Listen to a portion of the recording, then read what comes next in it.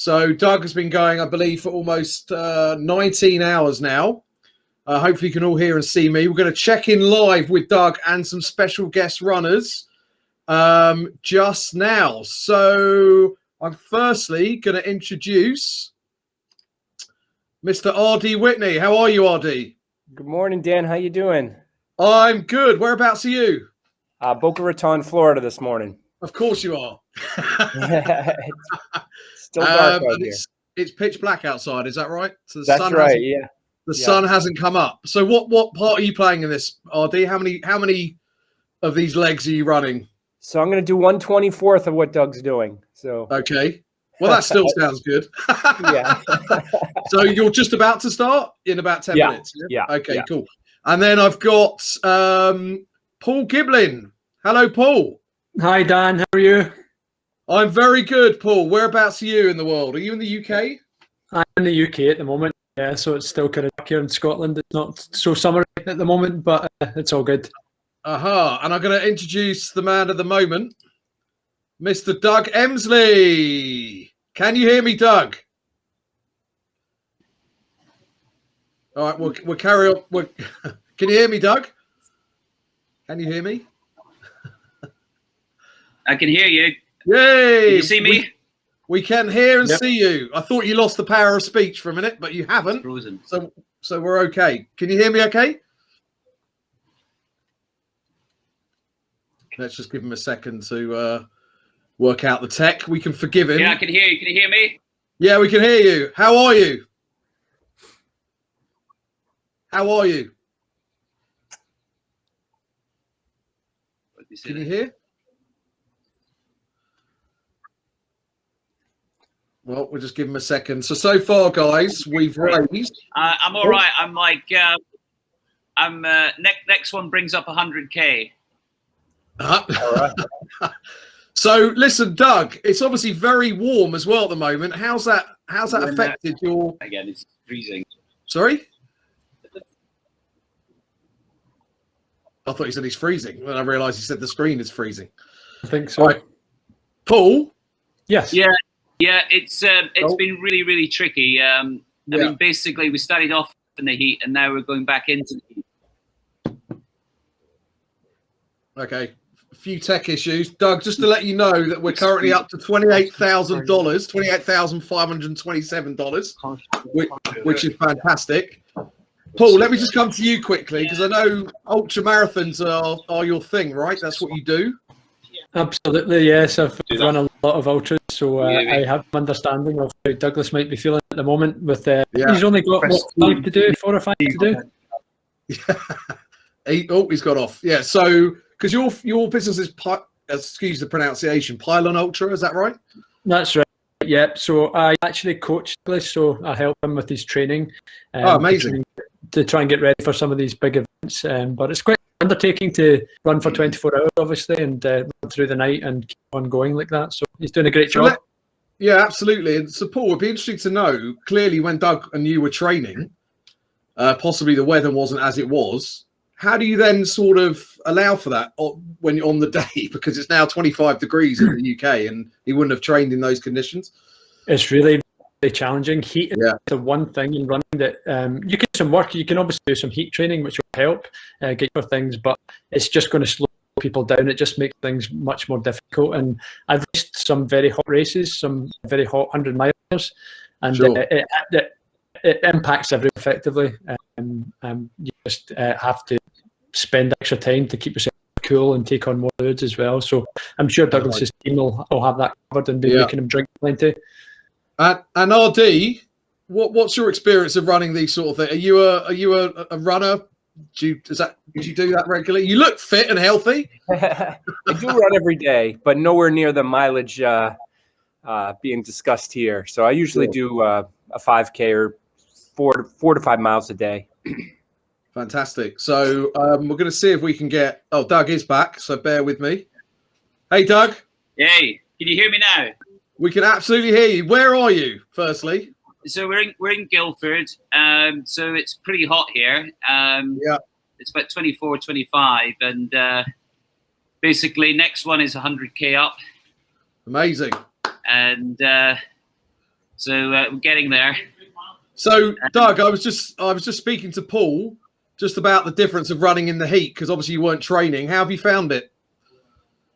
Well, it's basically yesterday afternoon it was more humid than like the heat, so that you couldn't get any respite in the shade. Whereas today, actually, there's a bit of a breeze, so running around the park you can get some shade. Sure. But I don't know, Paul, if they introduced you and you're the special guest with all the celebrities we're getting on. We were just speaking about Paul and the fact that he helped you train, and obviously his Pilot ultra marathon business. So, Doug, how important was it to have someone like Paul sort of alongside you in the training process? No, I mean, Paul's been fantastic. I mean, not only is he one of the top ultra runners in the world, he's a fantastic coach, teaches a lot of elites, and some really old guy. Well, it's interesting you say that, and Paul, I'd be interested to know. You seem to have a lot of people nowadays that are of a certain age that get into ultra marathon and these sort of things. Do you find that people are doing it later in life than maybe when they were younger? Absolutely. I think people, you can see a lot now. People are committing to taking on these challenges, and they're getting so much value from it. I think when you commit to something and you've really focused on achieving something that's in the future like that, you get so much more out of it than just the actual achievement itself. You have some discipline and commitment in your life, and you get to share some great adventures with friends and family too. So it's been a great thing for lots of people. So and RD, so you're Doug, just to make you feel even worse, maybe that RD is sitting in Boca Raton at the moment. Maybe overlooking the ocean, possibly. I don't know. I can see some palm trees in the background. Yeah, the sun's just coming up. So where are you going to run, RD? Just literally along the beach. Nice. Very jealous. Very nice. Doug is in a housing estate in Guildford, and you're on the beach in Boca Raton. So there's something going a little bit wrong there. So we're at $28,527, Doug. How do you feel about that? You must be over the moon.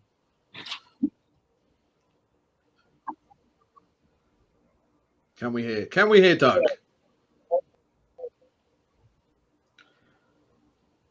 Few technical issues. So, Paul, what's your next challenge that you're doing or you're working with? I'm not sure. I just finished the challenge, ran with somebody else on the Cape Wrath Trail, toughest trail in the United Kingdom. It starts the very northwest of Scotland. Yeah, very 240 miles. That managed to do in under 4 days. So yeah, it was quite an undertaking. Good for you, Doug. Can you hear us? No, I think we lost Doug. We're going to check in with. Can you hear us, Doug? Okay. Doug, hello. So, Doug, we're going to check in with you. I mean, the Can you hear me? original target, was 24,000, and that was just purely. Can you hear me? I can hear you. Yes, we can hear you.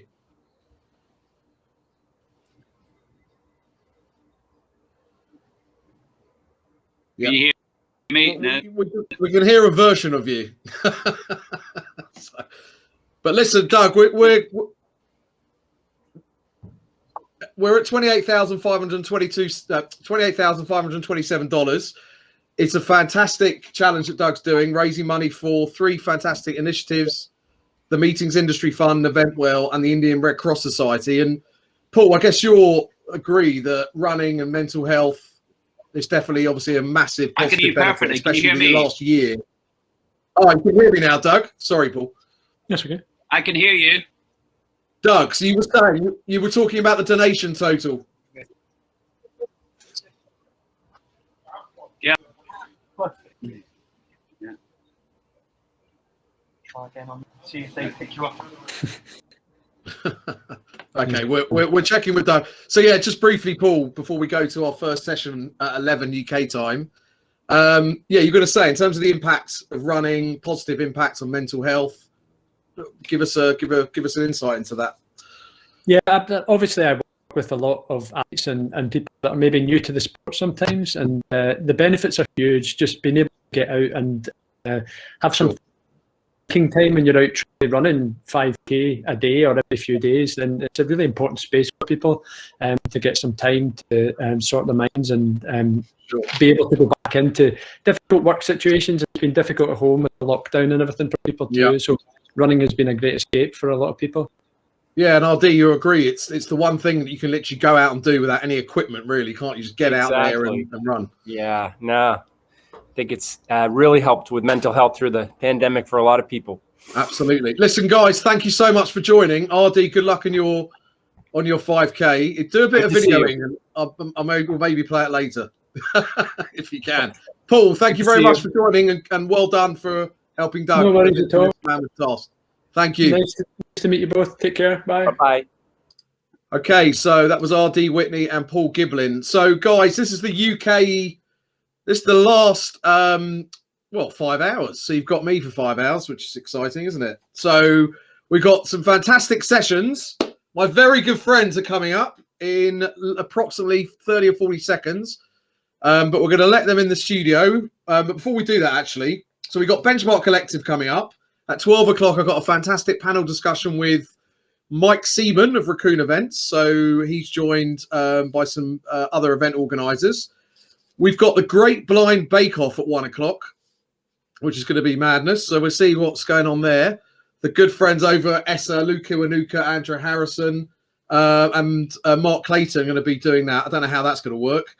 And then we have a pre-record from UFI, Equality and Exhibitions. And then the last hour, we're going to be running with Doug, not physically. I'm going to be sitting down. That's what I do best. So, right, we're going to introduce Team Benchmark Collective and guest, Noel Reeves. So, bear with me. How are we, ladies and gentlemen? Good morning, Dan. Good morning, Dan. Everyone looks very summery. We're feeling it. We're feeling it, Dan. We're loving it. It is good, isn't it? Apologise for my backdrop, but on this particular version of this tech, I can't work the green screen out. So, these are my wardrobes. So if anyone wants to make a donation to some new wardrobes, that'd be fantastic. You could open them, Dan, and we could see the inside. Yeah, well, but you don't know who's in there. Right, Helen and Debbie and Noel. No, I've never met you before, but you're from Rocket Exhibition Services. That's what your good branding says at the back. Yeah, we'll also have Mandeep joining us today as well, Dan. We told him to come on in a little while, so he's not late for the party. Let's put it like that. As I understand it, I'm gonna hand over to you guys. I'm gonna keep quiet, and you'll bring me in when you need. Yeah, we're going to interview you, Dan. We're going to flip it today, and you're going to be that's very boring. I think everyone's heard more than enough of me. There's never enough, Dan Assor, never enough. Should I bring Mandeep on now? If he's there, yeah. Yep, okay. Here he is. Hi, Mandeep. You, Dan. We're going to flip it today, and you're going to be... That's very boring. Oh, I'm hearing... There's three of you. I'm hearing myself back, so if anyone's got us on like that was me. I apologise. That's okay. I don't need to hear it twice, Mandy, for sure. Where are you? Are you scaling a building somewhere? What's that behind you? It's the living room. It's the secret map to all the treasure. You got to work during this session, yeah. Fantastic, Mandeep. Nice to meet you. We've never met. I've heard a lot about you. All good stuff. Good. All good stuff. So you're joining Team Benchmark Collective. So I'll hand over to Helen. Or me, yes. I'm up there. So welcome everyone. Thanks, Dan, and welcome to this EventProf Mindset Mastery Hour. Thanks for joining us today, and we hope we're going to have a lovely, interesting hour for your discussion on how mindset affects your performance, your general well-being, and your career and business growth. And we're going to hear from the inspiring event profs that we've got on our screen here, and also we're going to chat to them about how we get into that right mindset for success. We're sadly missing Dan Cordroy today, who was a guest, who was listed early on, but unfortunately he's got a family tragedy to deal with, so we're very sad to miss you, Dan, and we're sending you all our support today. So anyway, let's get cracking, and we'll go through what we've got coming up in the next hour for you. So we speak to the lovely Noel Reeves, entrepreneur, investor, startup mentor and advisor of Global Rocket Ventures, about his multi-business ventures over the past 18 months and how he creates business ideas and brings them to life. And we're also chatting to Mandeep while he's scaling the building behind him. Mandeep Gabhari, who's a business mentor, advisor, personal mindset mentor, and events hospitality consultant. That's quite nice. Got your teeth in? Not really. As well as an inspirational speaker. So welcome, Mandeep. Thanks for joining us. First, let's just remind you, I know Dan does this very well because it's his job, but just that we're here to raise money, of course, for the events industry. It's a great total so far, Dan. I think you just said just over $28,000. Yeah, so it's $28,522. I can't even say it. $28,527. Wow, amazing. And there's a new goal of $34,000. So it started at 24, like 1,000 an hour, the target. So yeah, going very well. And we're raising money for the Meeting Industry Fund in the US, for Eventwell here in the UK, and also importantly the Indian Red Cross Society, who obviously are dealing with the wave of the serious impact of COVID-19 in India. So donate everything you can, especially in the next hour. Let's try and push that up to that 30,000 mark. Visit www.24hour5krun.com and hit that donate button. Every penny counts. So on with our show. So during the past 18 months, we've spent our days really trying to keep positive, really trying to keep focused in the face of adversity, really. We started our business, Benchmark Collective, in the face-to-face exhibition environment. So as you can imagine, that's been a little bit tricky.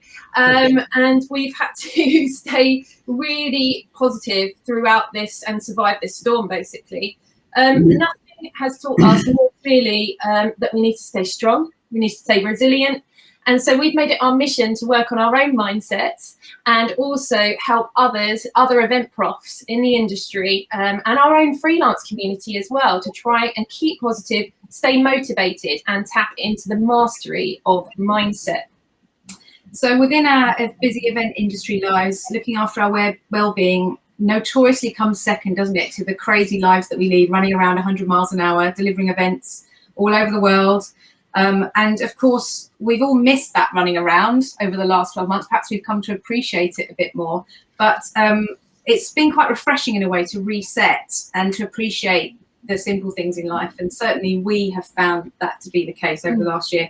It's perhaps one positive that's come out of the last 12 months. That's it. We think as people, we often underestimate the impact of healthy, strong, positive mindset within our day-to-day business. And we're often operating at maximum stress levels and never coming down.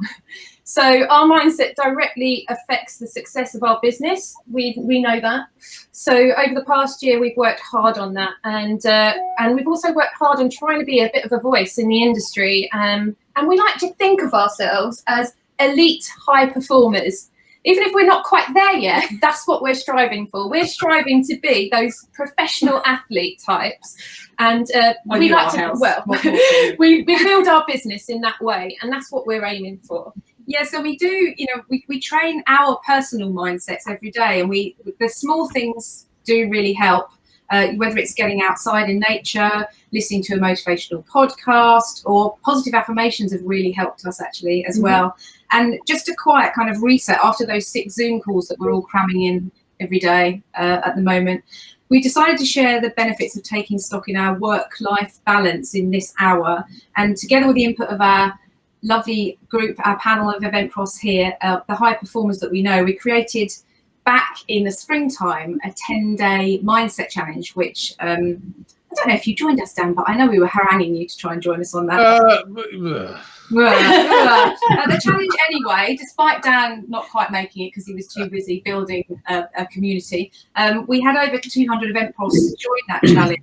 And it was supported by our very own Joe Wicks, Mr. Motivator, modern PE teacher. Yeah, the nation's favourite. And so we wanted to just play you that little video because he makes the connection between mindset and physical activity. And that's one key connection we want to make in this hour. So Dan has got his finger on the button and he's going to play this little video for you. I am. Now.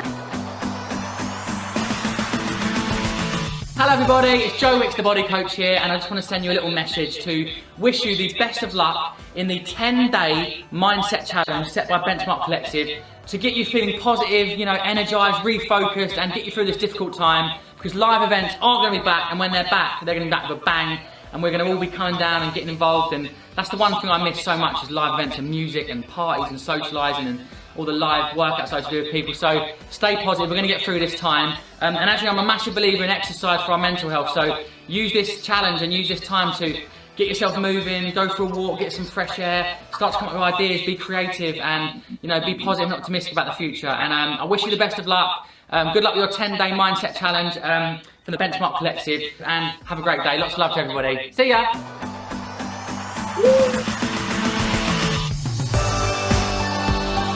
So I don't know what you guys could see our end, but it looks like Joe had paused there on my screen. But honestly, he was moving and saying all that at one time. Yeah, it was fine live. I saw it over there, so it's all good. Oh, brilliant, brilliant. So yeah, really kind of him to do that, and it really did help promote our free 10-day challenge. So let's move to our guests now. Let's hear from the real deals. So let's start with you, Noel.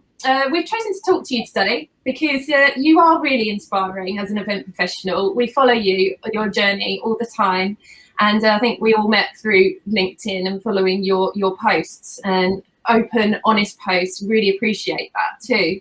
And you've diversified, you've dived into lots of new projects in the past few months. Tell us a little bit about what you do, about Rocket Global Ventures, and tell us a bit about your latest business ventures too. Yeah, so hi everybody. So I'm the CEO of Rocket Global Ventures, which pre-COVID was Rocket Exhibition Services. We changed the name when we started doing other things, and it was a bit confusing. So yeah, like everyone else really, all eventprofs in March last year just got the rug pulled out from under our feet. You know, we were flying high, recruiting, building a great business, great customers, doing brilliant work. You know, you just couldn't have asked for things to be better. And then this kind of bust just came and just smashed it all. And I think really the first thing that we did, which was, you mentioned that I started doing some open video posts on on LinkedIn just probably about a month or so after, because I started doing those for my team. So I was phoning, when we were all at home, I was phoning everybody every day or once a week. And it was really time consuming. So I thought I'll just do a video. I'm telling everyone the same thing, and you know, and then just inviting them people to call. And the videos went down really well. So I thought actually I'm going to start doing these on LinkedIn. And yeah, so we had to look at what when this was obvious it was going to go on for a while. We had to look at, okay, right, we've got one objective here, and that is survival. So what are we going to do to achieve that objective? Just focus on that. What have we got? What can we use? What can we do? Yeah, what else can we? Yeah, we've got a print production facility that we just use for ourselves. No one else, you know, so we can do that. We've got joinery workshop with joiners in, and we just manufacture exhibition stands.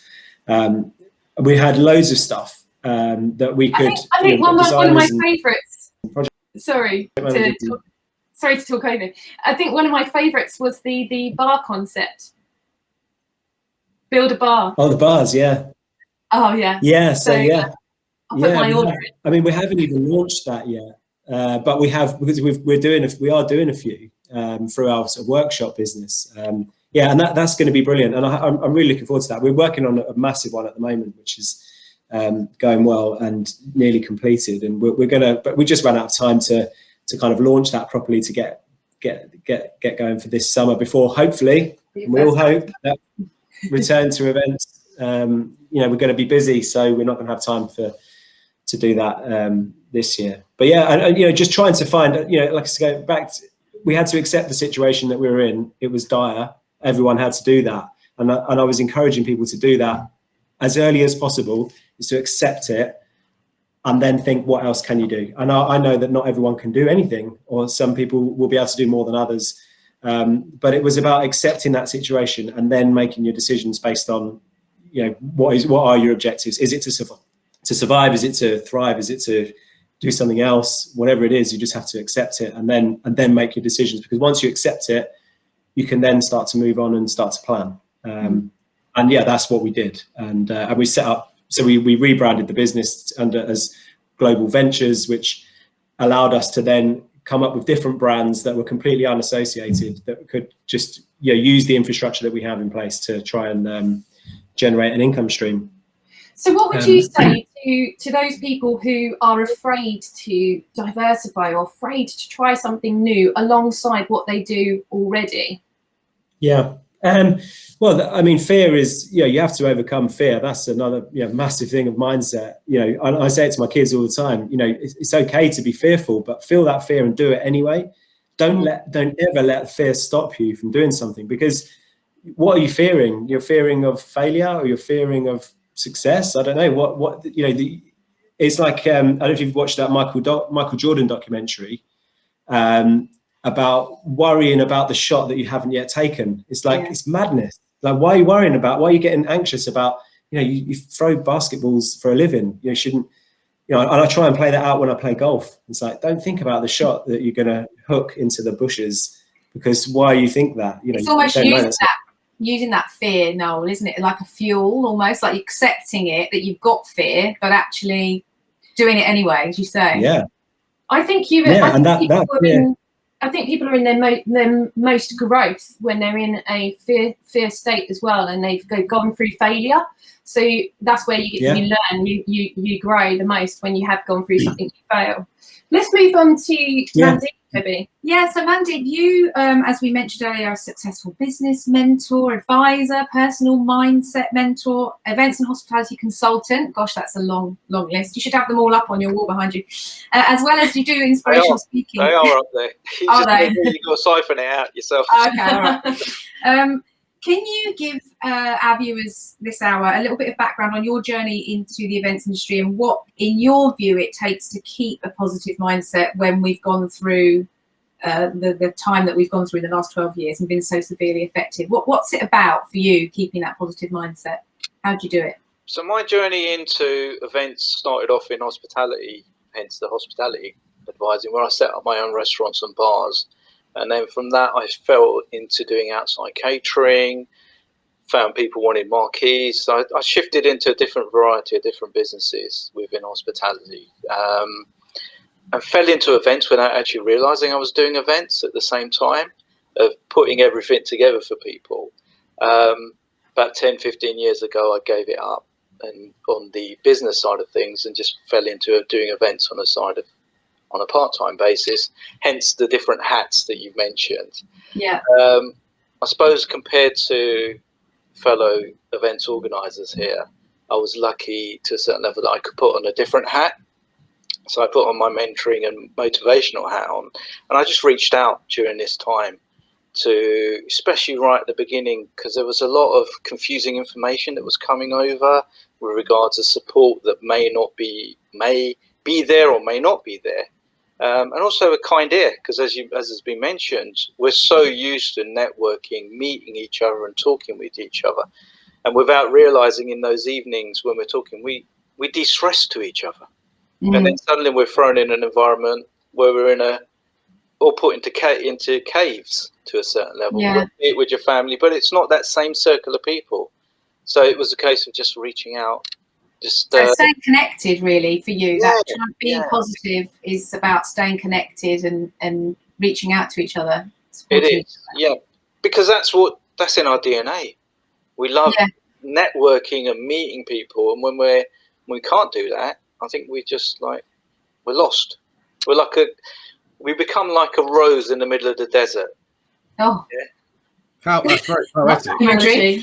While we're speaking about roses in the middle of deserts, Dan, your journey has been very different over the last year as well, and you've found a positive mindset to build your community, build your podcast. You've hosted 24-hour vodcasts. You've been literally like running at 100 miles an hour, and I know you have, and you've worked incredibly hard.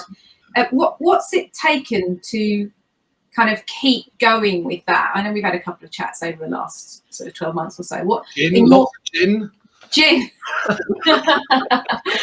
In terms of your mindset, where do you get your motivation from? What motivates you? Yeah, it's a good one. I mean, I had no who knew that we'd all be sitting here doing this, but me specifically doing what I'm doing now. I hadn't done any of this 7 months ago, really. I came off the back of hosting a virtual event for the trade show company I was at, and then I sort of found myself September the 30th sitting around thinking, what am I going to do next? Because obviously I moved on, is what it is. When you get to a certain age, you realise that everything's not forever, so it didn't necessarily come as a massive shock, but you're thinking, right, what am I going to do? What am I going to do with myself? And, I've got 2 young kids, and you want to show them that you're not just sitting around watching TV all day, which is important. And also, they weren't always at school. So I just I started doing something, and I could have only done it with the help of people like yourselves coming onto my program, and you learn as you go along. And it just proved to me that it doesn't matter what age you are. I'm now 47. I'm not saying I'm old, but some people might say, this new media and doing all this is for younger people, but you just do it, don't you? So, but you need to just need to keep going. My mindset was, just want to, still haven't, if I'm being honest, I still really haven't got an end game. I fell into this. I didn't have a plan to do any of this. So it's changing all the time. But for me, on the outside, it's you've given and given and given and given to the events prof community, and I think that is what it looks like is what motivates you, what keeps you positive is the fact that I really enjoy what I'm doing. Right? I mean, eventually, you've got to make some more money out of it. We've all got to do that, Dan. But, the dream is to do something that you enjoy. I've fallen into something that I really enjoy, that people tell me I'm all right at. And, I guess there's a bit of ego in there. You quite like the adulation of people saying that you like, they like what you do and all this sort of stuff, which is nice. As a third child, I've always needed to be reassured. So social media gives me that. Yes. But no, so you have to keep positive. I have enjoyed the sort of giving back and speak. I've met so many people virtually. Like I've put on 5,000 followers on LinkedIn in less than 6 months. And yourselves and others. And it is amazing. People like Doug, and things snowball. I did the event relief thing, and I think Doug will say, in part that's led to him doing this. Yep. And so, for every action, there is a reaction. If I've got the right way around. And it is, I'm on the journey. Who knows where it will lead to? But I'm still really enjoying it, which is good. Good. I think it's okay not to have an end game. Sorry? I think it's okay not to have an end game at the moment. And I agree. like you said, you need to you need to monetize something. Yeah. We all do. Right? I think the way it has come out of this whole situation is that expectations on people are probably slightly lower. We're all more accepting. We're more open. We're more connected to each other, and I think those are the things that will help you say, at any given time, normally end game, you might think, this is not cool. Like, I know my purpose. I need to know what I'm doing. But I think right now, who knows? None of us really know. I think you're right. I think so. Don't beat yourself up. It's easy to know what you don't want to do. No, I don't. I'm certain things are coming to fruition, and we're still not open 100% as an industry. So you've got to be a bit patient. I think a lot of us know what we don't want to do. I definitely know what I don't want to do, which is important. So the journey for me is almost still going away from what I don't want to do, even though I probably could do it tomorrow. So it's about timing, isn't it? Life and the needs and the what you've got behind you to be able to have the freedom to do these sort of things. Also shows your progression. To have fun, which is what you just mentioned. I've got to have fun. I like life's too. I know it's life's too short, but you've got to have fun. I mean, my kids think I'm mad, but that's just the way it is, isn't it? So, I mean, obviously we've got a massive focus during this hour on the whole high performance thing and exploring that side of it and what it takes to be a high performer, what it takes to be the best or elite at what you're doing. And I've been obsessed personally by a podcast this lockdown. It's really got me through. It's called the High Performance Podcast. I highly recommend everybody that's listening to tune into it at some point. And the presenters are Jake Humphrey and Professor Damien Hughes. And they interview a variety of people who've excelled in sport, music, business, arts, entertainment. And they're sharing those experiences firsthand and lessons firsthand. You know, there's a great Gareth Southgate is the latest one they've interviewed, which is obviously really interesting, leading up to the Euros, and tapping into his mindset as well, and how he's put his team together. So you can learn so much from this, listening to these kind of things for your own self, you know, personal growth, and your that of the business growth as well. So they always ask their guests set questions on every podcast. So I've stolen their idea. Sorry, Jake. Sorry, Damien. But you've inspired me. So actually, I'm not sorry.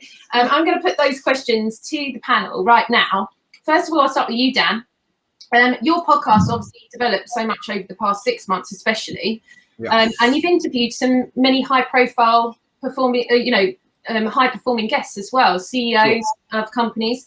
So, what would you say, in your mind, high performance consists of? Well, it's a big question. High performance. I think a lot of the people and the common traits the people that I've interviewed are, you know, the positivity, understanding that nothing does stay the same forever. You know, in the midst of probably January for me was the worst bit, but you know, think you're going to come out on the other side. And so also 100% belief in what they're doing as individuals, companies, and in their teams. So I think fear of failure also comes into a lot of it. You know, so you don't know what people's backgrounds are and where they've come from and where they don't necessarily want to go back to. So I think also understanding that you can't keep still, and you always need to move forward as an individual and as a business. So I think those are the sort of key traits that I've picked up. Yeah, absolutely. 100% belief. I agree with that one. That comes up a lot actually with high performers. They absolutely through and through believe that they're going to get to where they want to be. Noel, now you're obviously clearly good at a variety of things, and you've had experience in running businesses from the ground up. Your company strapline I saw on your website is creating and developing high performance businesses for the modern world. So what is high performance to you? Yeah, it sounds good, doesn't it? No, it was brilliant. I logged on. I was like, oh, I've got the right guess. Yeah, no, I did actually, but I believe in that, and I think high performance is relative, right? So I know we didn't touch on it earlier, but and you guys know that I started as one of the things that we did during assessing what infrastructure we had when we were launching new stuff. We set up a pizza business, which I did from my house because I had a pizza oven in the garden, and we'd regularly cook for people, like quite a few people. So I just started it in my village, Friday, Saturday night pizza, and it just grew and grew and developed into something. But for me, it's all about so for that's still only a tiny little business, but it's growing, and it's now was based on friends and family and volunteers and all that sort of stuff. And now we're putting it in place to grow it sustainably with its own team, its own management structure, and that will then develop and open new sites and all this exciting stuff that is is hopefully going to happen. But for me, the high performance around that is about the quality of the product, the experience that the customers have, and all those things. So in order for that business to be high performance, it's probably not going to make millions of pounds, but it will be known as the best place for pizza in our local area. And you might get your pizza late, but it will be fresh, handmade. It's all those things that are like intangible things when you put love and care and handmade things, rather than a systemized frozen base that chucks stuff on, put it in an electric oven, and you can all those things that are you can control, like just turn the temperature down or up. When it's wood, which we work with, it's much harder to do that. So high performance for me is all about relativity to what you're trying to achieve, and just making sure high performance might be right. We want this business to sell the most, small margin, high volume. It might be we want to be the to produce the most exquisite craftsmanship. It might be, it's to you what that means, and then to go and achieve that with, overcoming, trying to foresee what obstacles might be in your way to achieve that, getting them out of the way, and just being 100% dedicated, and to just, single-minded to make it happen, and be dedicated to make it happen. And then the performance comes from within and comes from, seeing it through, basically. Yeah. And not giving up. And Mandeep, I know that you've done quite a lot of work with youngsters starting out in business, particularly within the Prince's Trust, actually. When you're mentoring them and you're sitting with them and you're talking to them, what are some of the traits that you notice in some of those higher performers? Self-belief, I suppose, is the key word for there. Yeah, that those that believe in themselves and their abilities and realise their skills that they actually have, not the ones that people keep on telling them that they may have or may not have. I think that's always a key thing for anybody in the youngs and the startup businesses and existing businesses. For all of us, yeah, we often forget to actually appreciate our own skills that we do have. Like, I'll throw it to you, all of you. How many of you actually sat down during this time and wrote a list of all of your achievements that you've done up until this date? Oh, actually, Debbie did do that, and it was refreshing when she did do it, because she did it for all of us, and it was like a shock. It came out of nowhere one day, and what we thought was a serious business meeting. She was like, "Hold on a minute, guys."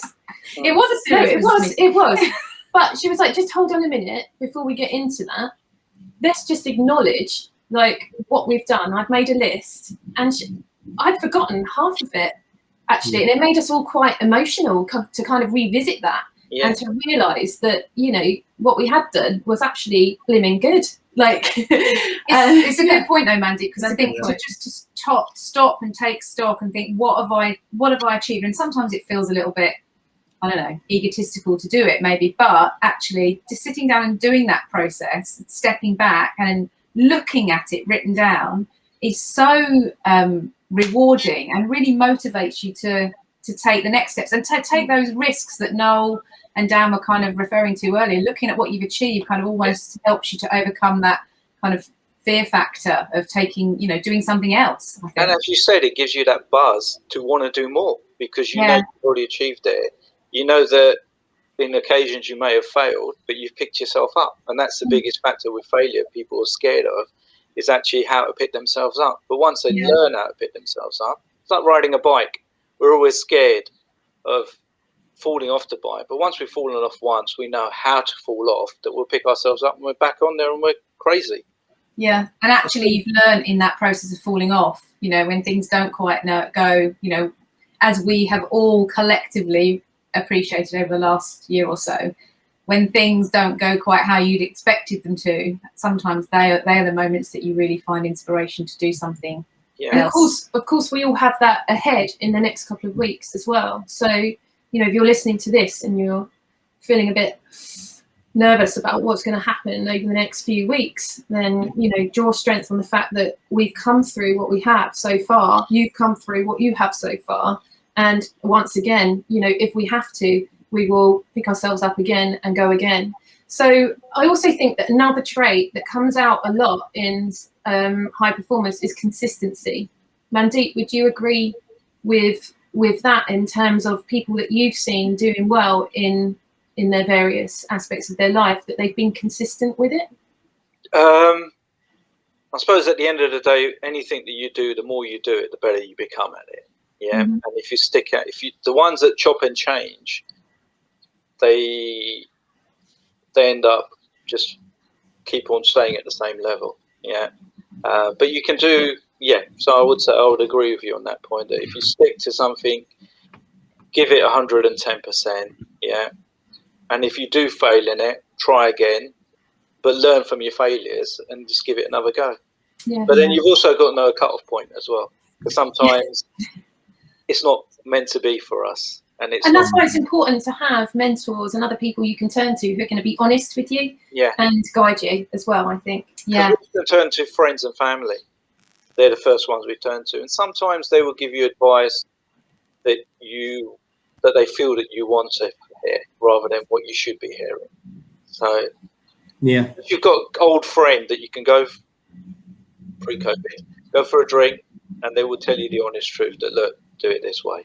Yeah, one of the things actually that Dan, who's not on this call, said when we were discussing this session is that, you know, actually no one in his family and friends network knows what it's been like over the last year or so to be an event professional. And so actually that has caused us to perhaps reach out more to our fellow event profs than we ever have, and they've become friends and in some cases kind of family over the last year or so, because they understand the fears, they understand the concerns and the risks that we're all taking. And I think that has brought us together as a community. It's been said before over the last year or so on various panel debates and things, but I genuinely believe that we are closer as a community, and that I hope that's going to stay that way as we go back live, because the industry can only benefit from that.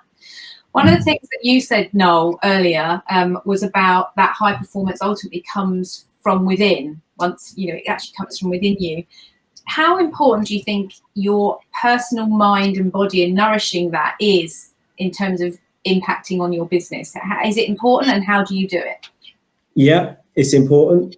It's one of the things I am not great at. You know, carrying a bit of lockdown weight. I've been running. So, I mean, I just want to say for Doug, what he's doing today is just insane. You know, that is about high performance and mindset, because I've done a few marathons in the past, and I will always say to people when I'm trying to support people through training programs is about, like, your mind will give up a long time before your body will. Yeah. And this, to do what he's doing in terms of the stopping and the starting and over that 24-hour period and the total mileage that is going through his legs, that is, I mean, I couldn't even begin to explain to you, like, say, I've done a few marathons, which is, you know, a third of what he's doing over this 24-hour period. It's just insane. Yeah, I mean, so talking about, you know, looking after your body, I mean, I did go for a run this morning. I'm trying to run, but, you know, I mean, hydration, diet, you know, mindset, you know, like you say, listening to podcasts, meditating. I mean, my watch, you know, we all have got Apple Watches that tell you to breathe. Sometimes I was like, bloody breathe. So I throw it out the window, but it's kind of just that little thing that just says, yeah, okay, just take a breath. And yeah, and looking after yourself is so important. And, you know, I mean, but it's super tough, because sometimes you put yourself at the back of the queue, right? You know, whether it's a colleague, an employee, a family member, whatever, there's someone that needs some help. As humans, we want to help those people. And usually we're the last ones to help ourselves. Sometimes you've got to say no. You've got to not overburden yourself with other people's problems when you are surrounded with your own. You know, sometimes it's nice relief to listen to someone else's problems. And yeah, and I think I've benefited of that a lot, because I'm embedded in my local business community and golf club and things, and I've got some really good people around me who are business owners, and you know, I mean, it's quite, I wouldn't say nice, but it makes me laugh when people always say, you know, how are you doing? Or they always say to me, well, probably better than you. And or they say, you know, I wouldn't want to be in your shoes, and you know, you're the bench. Whenever I have a shit day, I think, oh well, it could be worse. I could be Noel. You know? Oh God, that's terrible. Oh dear. But you need to surround yourself with some. Yeah, but it's true. But the thing is, I'm surrounding myself with people who are, you know, some of them are not affected at all, or have had best years ever, and that's fantastic. It's fantastic, but. You know, you have to just, you know, you've got to look after yourself and try and, you know, look out for signs that if you are becoming overwhelmed, you know, help yourself and then get help. You know, but there's a lot you can do for yourself to just, you know, like say mindset and meditation and rest and that's it.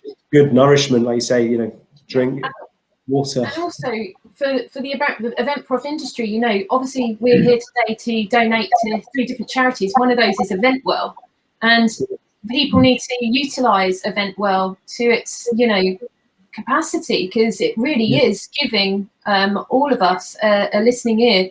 And and, you know, Event Well Fit as well. I'm an advocate for that, obviously. I teach for Event Well Fit. So all of that's there for people to reach out to as individuals or as businesses as well.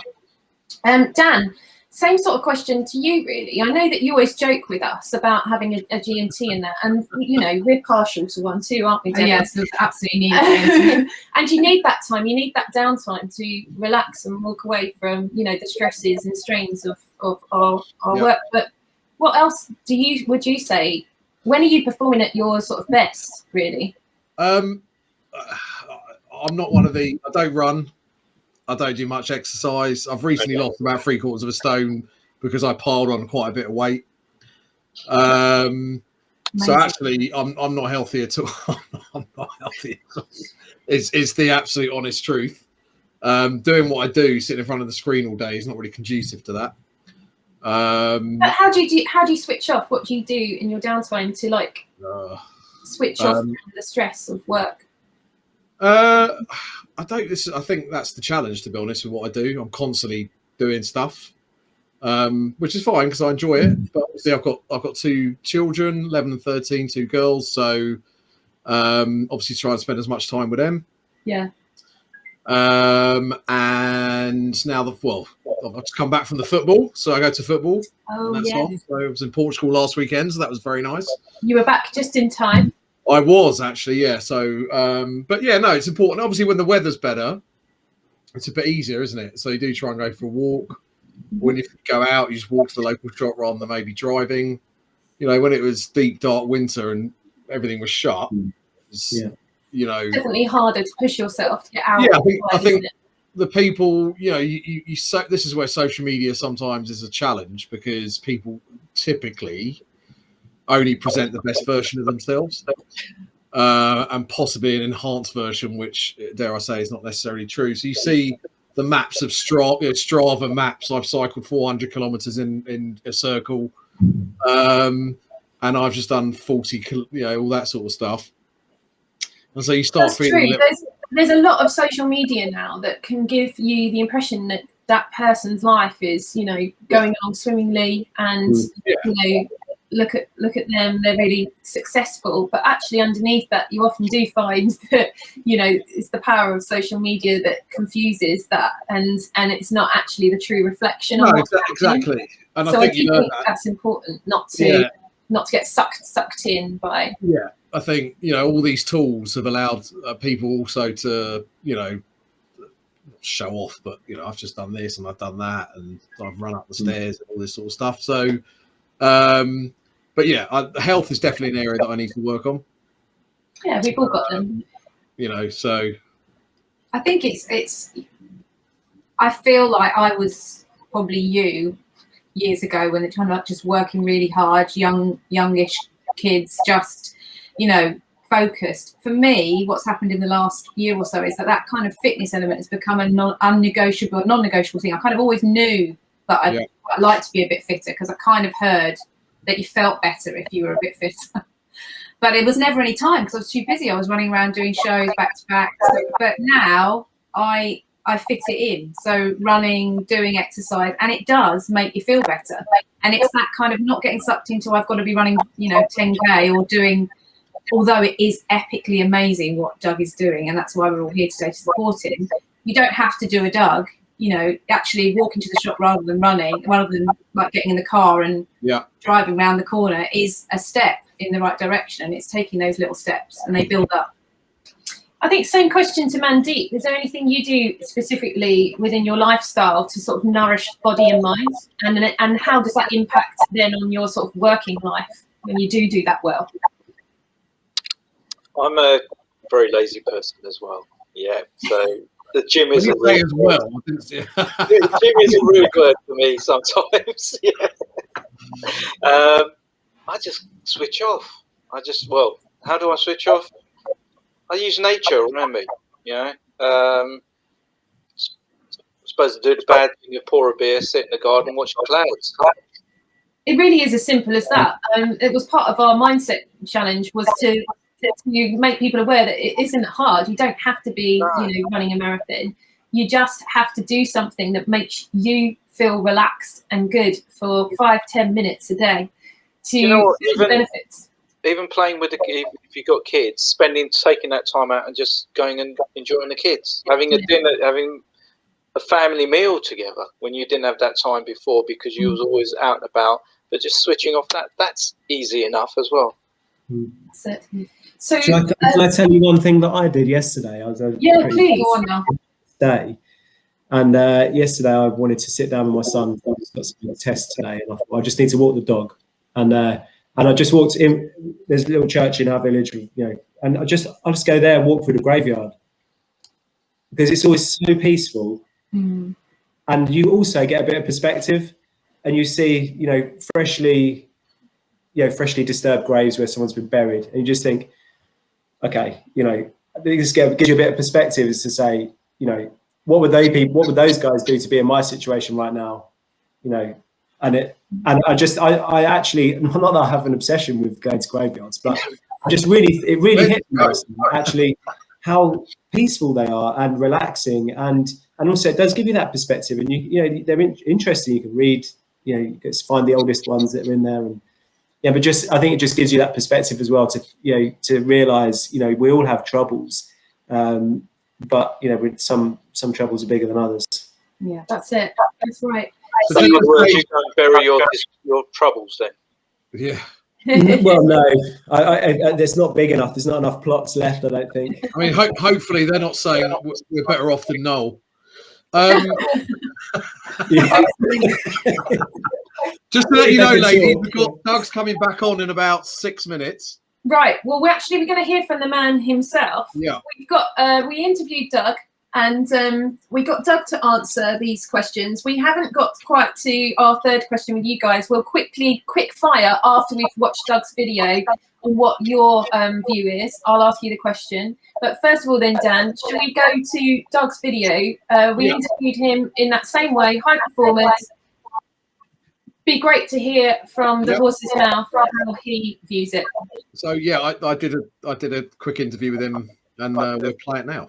Yeah. So, Doug, what is high performance in your eyes? High performance for me is about performing at a high level consistently.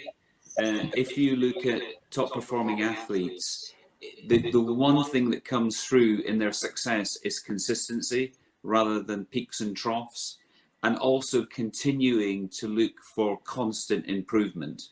Those I think are the key things for me. Fantastic. And what are the 3 non-negotiable behaviours that you and the people around you at Tarsus have to buy into? Oh, you're asking a good Scot here. I think, in all seriousness, I think hard work, discipline, but also having fun. Fantastic.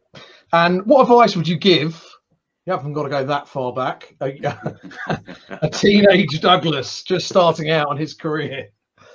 I would say don't be afraid to fail. Absolutely. Great advice. And how important is legacy to you? So I guess your own personal legacy in this regard.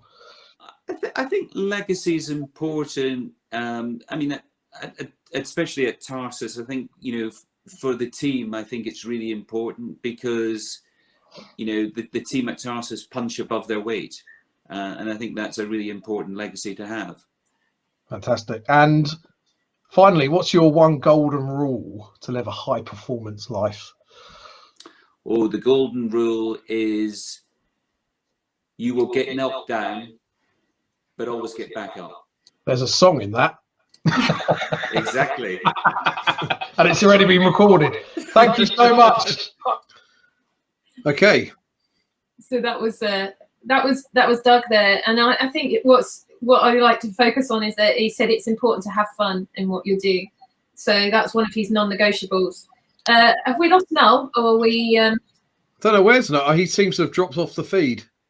Okay, hopefully he'll join us back in. But we're just going to quick fire our 3 non-negotiable behaviours that people around us must buy into. Debbie, go.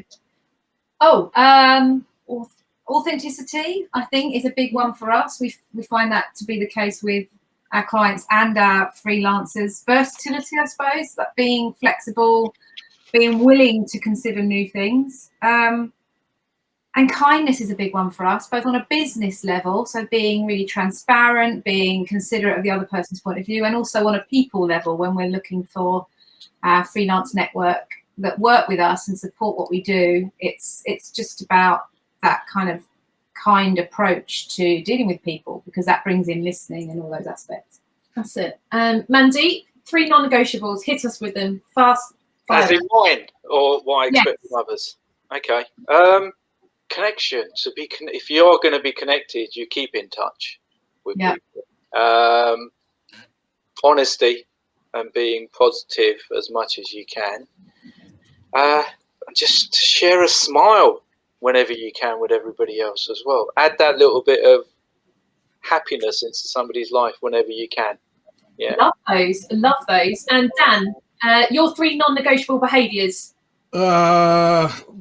Just tenacity, sort of keep going. You know, if, as we discussed, if something doesn't work out, just keep trying it out. And if you hadn't been able to do something before, what I found actually, so I'm going off a little bit of topic, is, you know, the fear of doing something is worse than actually doing it. So that's what I found. You know, you procrastinate. When you actually do it, it's not as bad as you thought. So don't procrastinate. Get on with it. Tenacity. And I think as Mandeep says, try and help people. Yeah, love it. And Noel, quick fire round, 3 non-negotiable behaviours. Yeah, 3 non-negotiable for me is commitment, accountability, and humility. Love it. Really good. You've got to be able, to be able to stand up. That's it. Really good. Really interesting to get your reflection on all of that. Dan, have we got time to play our last video before Doug joins us? Yeah, so Doug's in the studio, but we got a minute or so. So which one am I playing? It's a video that I've made, a montage celebrating eventprofs globally, just to celebrate the diversity, multi-skills, talent, tenacity, all of that. It's a great community to be a part of. So let's take a look at everybody in the video.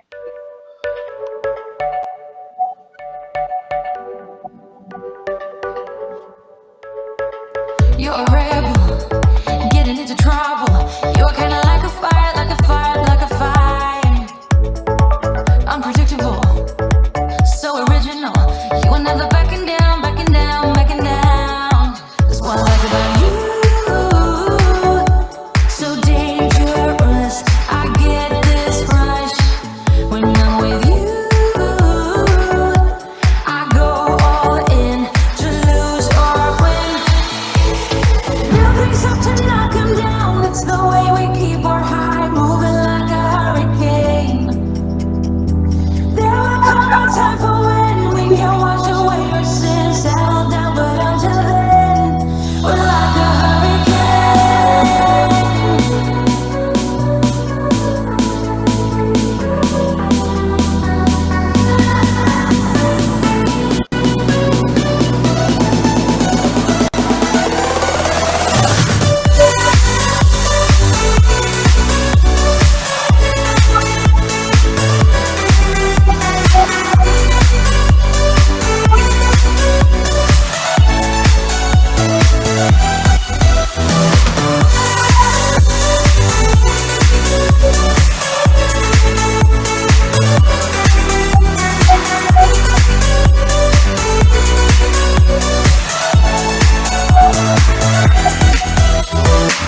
You're so different, kind of ignorant. You don't care what people say, people say, people say. I'm going crazy for you, baby. Don't know how you making me feel this way, but can I say that's what I like about you? So dangerous, I get this rush when I'm with you. I go all in to lose or win. Buildings up to knock 'em down. It's the way we keep our high, moving like a hurricane.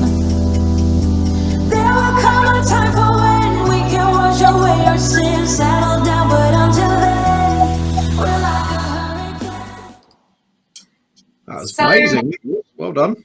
That'd be a great video by her. So I think that rounds it up really today, Dan. Just to say thank you to all our guests, and good luck, Doug, for these final few hours. I mean, as Noel said, epic challenge, and we're so proud and thankful for you for doing this. Thank you. Donate.